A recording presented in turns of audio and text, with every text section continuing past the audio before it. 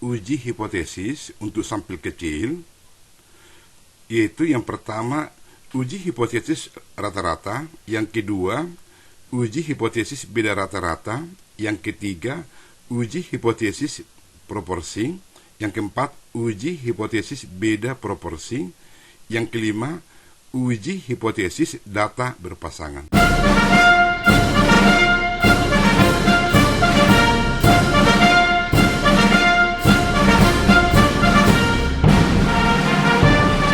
Uji hipotesis rata-rata sampel kecil. Artinya jumlah sampel itu lebih kecil sama dengan 30.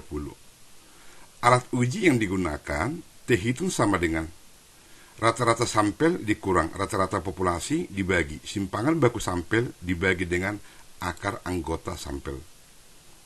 Jadi di sini X bar ini rata-rata sampel, mu ini rata-rata populasi, S ini simpangan baku sampel, N adalah anggota sampel. Kita buat contoh. PTX merupakan produsen roti.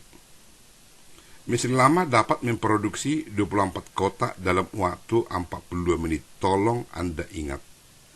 Dapat memproduksi 24 kotak dalam waktu 42 menit. Berarti N di sini 24. Rata-rata 42. Untuk meningkatkan produksi, manajemen perusahaan berniat untuk mengganti dengan mesin baru. Mesin baru ternyata dapat memproduksi 24 kotak. Jadi di sini N sama dengan 24 dalam waktu 40 menit. Nah, yang pertama tadi di sini 42 menit ini adalah rata-rata populasi, yaitu yang ini, mu. Sementara 40 menit ini adalah rata-rata sampel. Dan standar deviasi sampel ini diketahui 3 menit. Dengan taraf nyata 1%, ujilah pernyataan apakah mesin baru dapat meningkatkan produksi roti pada perusahaan tersebut.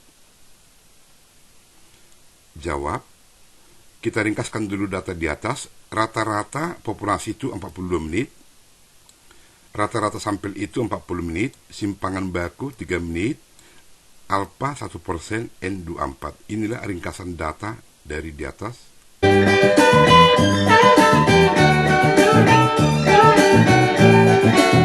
Langkah pertama, merumuskan hipotesa. H0 rata-rata sama dengan 42 menit. Mengapa dibuat di sini rata-rata mu 42 menit? Karena Anda berniat mengganti mesin baru. Artinya, pihak manajemen tidak yakin lagi ke mesin lama, maka diganti dengan mesin baru. Jika pihak manajemen yakin terhadap mesin lama, nggak perlu diganti dengan mesin baru. Maka yang 42 menit ini, yang mesin lama, diharapkan untuk ditolak. Maka H1 di sini mu tidak sama dengan 42 menit. Nah, boleh jadi nanti di sini lebih besar 42 menit, boleh jadi lebih kecil. Tetapi di sini kita buat dulu tidak sama dengan. Ini menunjukkan uji dua arah. Untuk mengetahui apakah uji satu arah atau uji dua arah, itu dilihat dari hipotesa satu atau hipotesa alternatif. Dan dibuat di sini tidak sama dengan karena belum dapat dipastikan mesin baru lebih bagus atau lebih buruk. Langkah kedua, menentukan taraf nyata alpha 1% atau 0,01. Menentukan alat uji, tadi sudah ada seperti ini, terhitung sama dengan ini. Kemudian kita masukkan angka-angka yang di atas. Tadi rata-rata sampel itu 40 menit, rata-rata populasi 42. Kemudian simpangan baku sampel itu 3 menit, jumlah sampel itu 24. Maka didapat di sini terhitung itu menjadi min 3,27. Kemudian menentukan daerah keputusan. Karena ini uji dua arah, maka yang alpha 1% dibagi 2, maka kita lihat di tabel, yaitu T alpha per 2 itu min 2,8073. Dari mana ini? Dari tabel.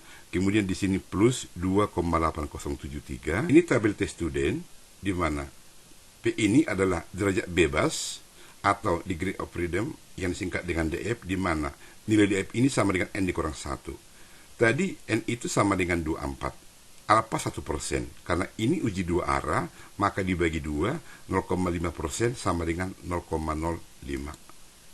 Maka kita lihat di sini, untuk alfa 0,005 dan DF itu 23 sama dengan 2,8073.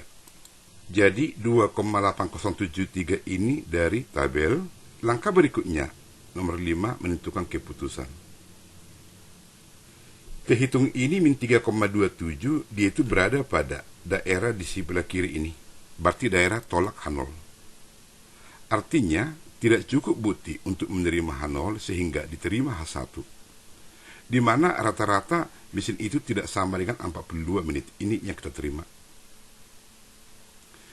Tidak sama berarti boleh jadi lebih kecil 42, boleh jadi lebih besar 42. Maka perlu diuji dengan uji satu arah kanan.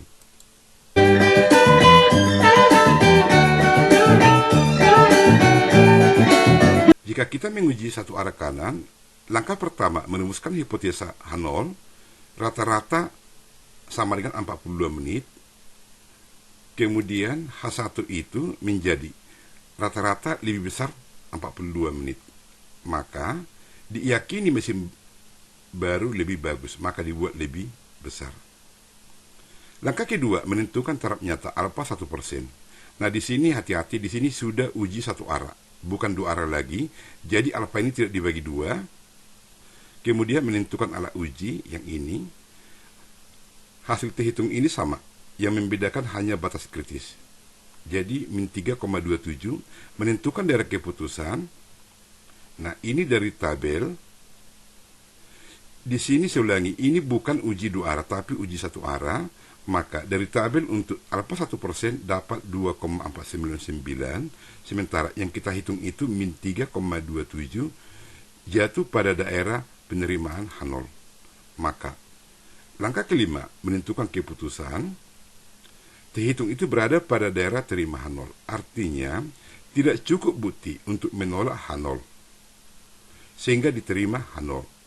Artinya, rata-rata mesin baru tidak lebih bagus dari mesin lama, sehingga keputusan tidak perlu mengganti mesin baru. Latihan, kampus kita ingin beralih dari kuliah online menjadi offline. Sebelum keputusan diambil, pihak kampus melakukan uji coba offline untuk 20 orang mahasiswa. Ternyata rata-rata nilai mahasiswa pada waktu online sebesar 85, setelah offline menjadi 90, dengan simpangan baku sebesar 3, dengan taraf nyata sebesar 5%. Apa saran Anda ke pihak kampus? Nah, di sini ringkasan data dari di atas, rata-rata populasi ini 85. Dari mana 85 ini? Karena dikatakan rata-rata nilai mahasiswa pada waktu online 85. Kemudian simpangan baku sebesar 3 diambil dari sampel sebanyak 20 orang. Dan dari 20 orang itu ternyata rata-rata nilai mahasiswa itu 90. Jadi jika diperhatikan, rata-rata sampel ini lebih tinggi dari rata-rata populasi. Dengan alfa 5%, kita disuruh memberikan saran ke pihak kampus. Langkah pertama, rata-rata sama dengan 85.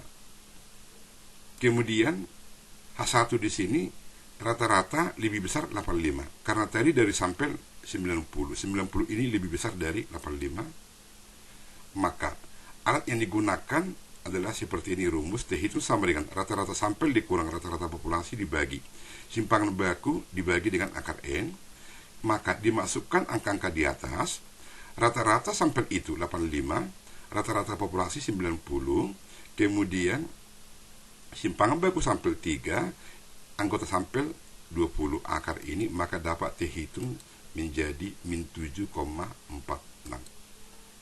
Maka kita lihat di tabel pengambilan keputusan, alfa 5%, N 20. Dengan derajat bebas di sini berarti N dikurang 1, 19. Dari tabel tes student dapat di sini 1,7291. Sementara yang kita hitung tadi min 7,46. Jatuh pada daerah terima H0. Maka langkah kelima menentukan keputusan. Karena terhitung berada pada daerah terima H0, Artinya, tidak cukup bukti untuk menolak H0, sehingga diterima H0 bahwa rata-rata nilai mahasiswa masih lebih bagus pada offline dibandingkan dengan online. Karena H0 itu tadi rata-rata sama dengan 85, ini kita terima. Maka nilai mahasiswa itu masih lebih bagus offline. Inilah saran Anda ke pihak kampus. Uji hipotesis proporsi sampel kecil. Alat uji yang digunakan terhitung sama dengan proporsi sampel dikurang proporsi populasi dibagi akar. P0 ini proporsi populasi dikali 1 dikurang proporsi populasi dibagi dengan N. X per N adalah proporsi sampel. Contoh, sebuah penelitian menyatakan bahwa 40% dari ibu rumah tangga lebih suka belanja di pasar daripada supermarket. Angka 40% ini adalah proporsi populasi atau P0. Untuk membuktikan ini, Anda mengambil sampel sebanyak 20. Dari 20 itu ternyata 14 ibu rumah tangga lebih suka belanja di supermarket. Artinya, proporsi sampel di sini 14 per 20. Dari mana 20 jumlah sampel 20? Dari mana 14? 14 sampel itu lebih suka belanja di supermarket. Dengan alfa 10%, bagaimana kita menguji hipotesa tersebut? Yang pertama, merumuskan hipotesa H0 proporsi populasi sama dengan 0,4. Kemudian H1 P0 tidak sama dengan 0,4. Dari hipotesa alternatif ini menunjukkan hipotesa uji dua arah. Alfa 10% dibagi 2, karena uji dua arah menjadi 5% atau 0,05. Kemudian langkah ketiga menentukan alat uji. Inilah alat uji untuk proporsi. Dimasukkan angka-angka di atas, X per N itu 14 per 10, proporsi populasi 0,4 dibagi akar.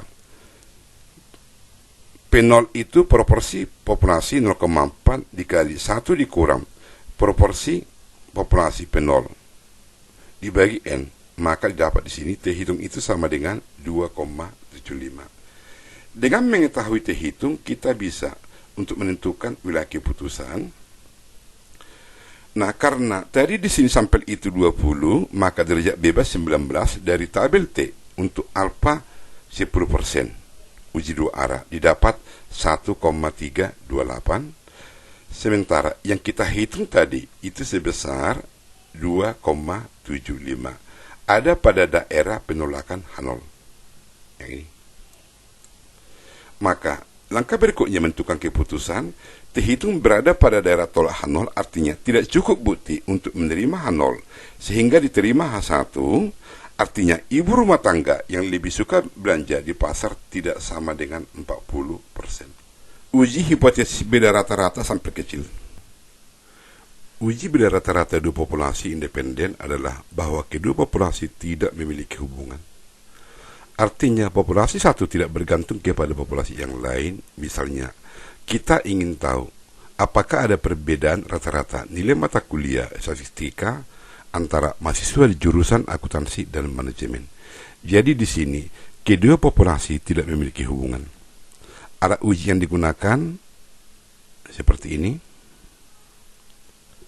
di mana X bar ini untuk satu adalah rata-rata sampel pertama, X bar 2 rata-rata sampel kedua, mu 1 rata-rata populasi pertama, mu 2 rata-rata populasi yang kedua. S pangkat 21 adalah varian sampel pertama, S pangkat 2 adalah varian sampel yang kedua. Derajat bebas di sini N1 ditambah N2 dikurang 2. Contoh, Anda disuruh untuk meneliti apakah waktu jam belajar mahasiswa dan mahasiswi sama. Dengan taraf nyata 5%, Anda mengambil sampel seperti berikut. Jam belajar mahasiswa untuk toga 2,11, untuk togi 3,15 dan seterusnya. Jam belajar mahasiswi untuk Ana 3,05 jam, untuk Ani 2,70 jam, dan seterusnya. Sebelum kita mengerjakan ini, kita kembali mereview untuk mencari varian, yaitu varian sampel pertama dan varian sampel yang kedua. Varian itu dicari dengan cara mempangkat duakan nilai daripada standar deviasi. Nah, untuk mencari simpangan baku di sini, perhatikan di sini, ini rumus simpangan baku. Coba cari standar deviasi untuk sampel pertama dan kedua. Nah, untuk mengerjakan di atas, kita rumuskan hipotesa H0 rata-rata sama dengan 0. Waktu belajar mahasiswa dan mahasiswi sama, atau yang kata lain, mu1 sama dengan mu2, atau mu1 dikurang mu2 sama dengan 0. Sehingga hipotesa alternatif H1 mu tidak sama dengan 0, artinya waktu belajar mahasiswa dan mahasiswi tidak sama. Langkah kedua menentukan jarak nyata karena alfa 5% menjadi 2,5% atau 0,025 karena uji dua arah. Menentukan alat uji seperti yang ini. Dari alat uji ini kita mendapatkan terhitung itu sama dengan 0,55.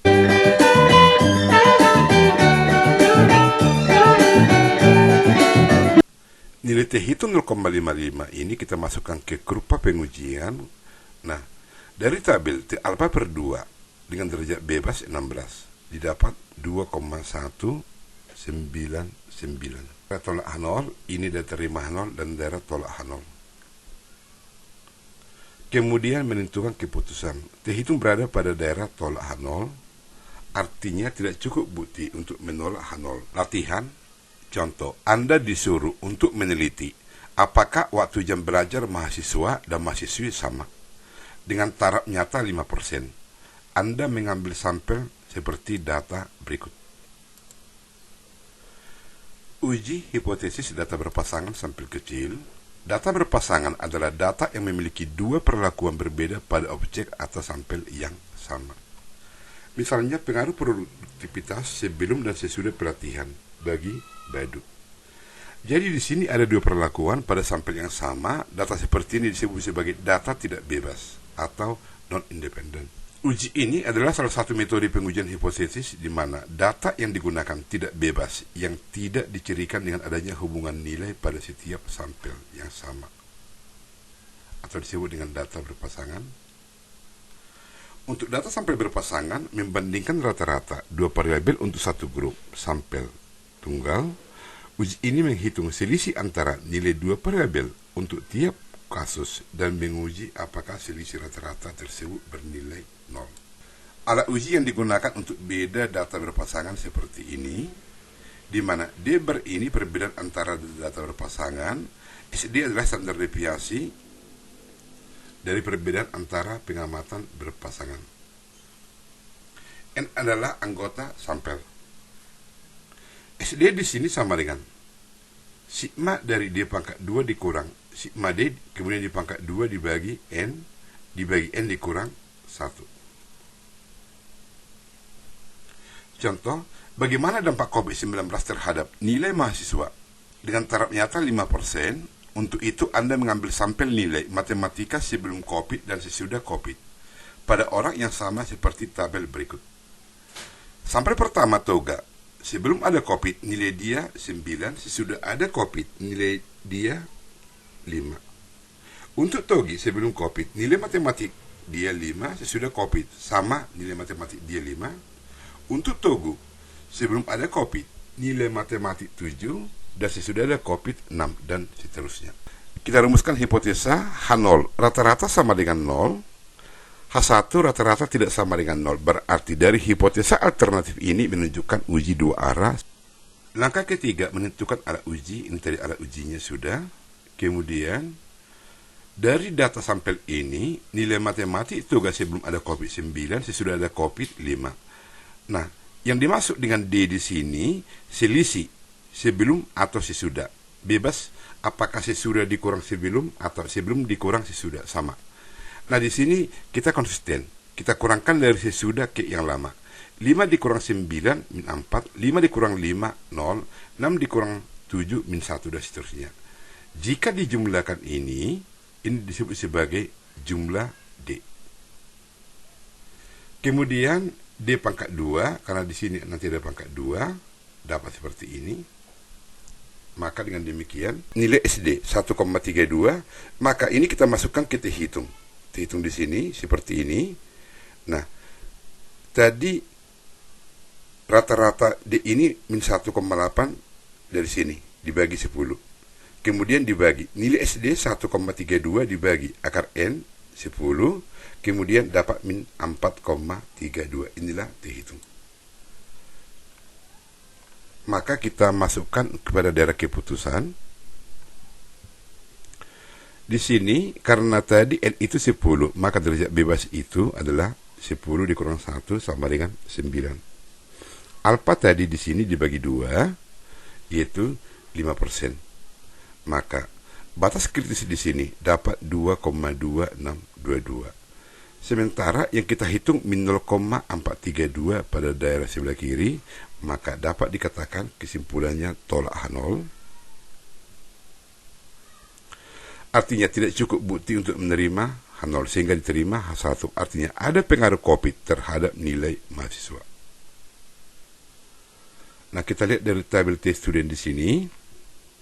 Untuk derajat bebas 9 ini, kemudian untuk alfa per 2, 5% berarti 0,025 tadi 9, maka dapat di sini 2,2622. Ini untuk L9 alfa 5% untuk uji dua arah, maka nilai alfa dibagi 2 menjadi 0,025, maka dari tabel kita dapat 2,2622.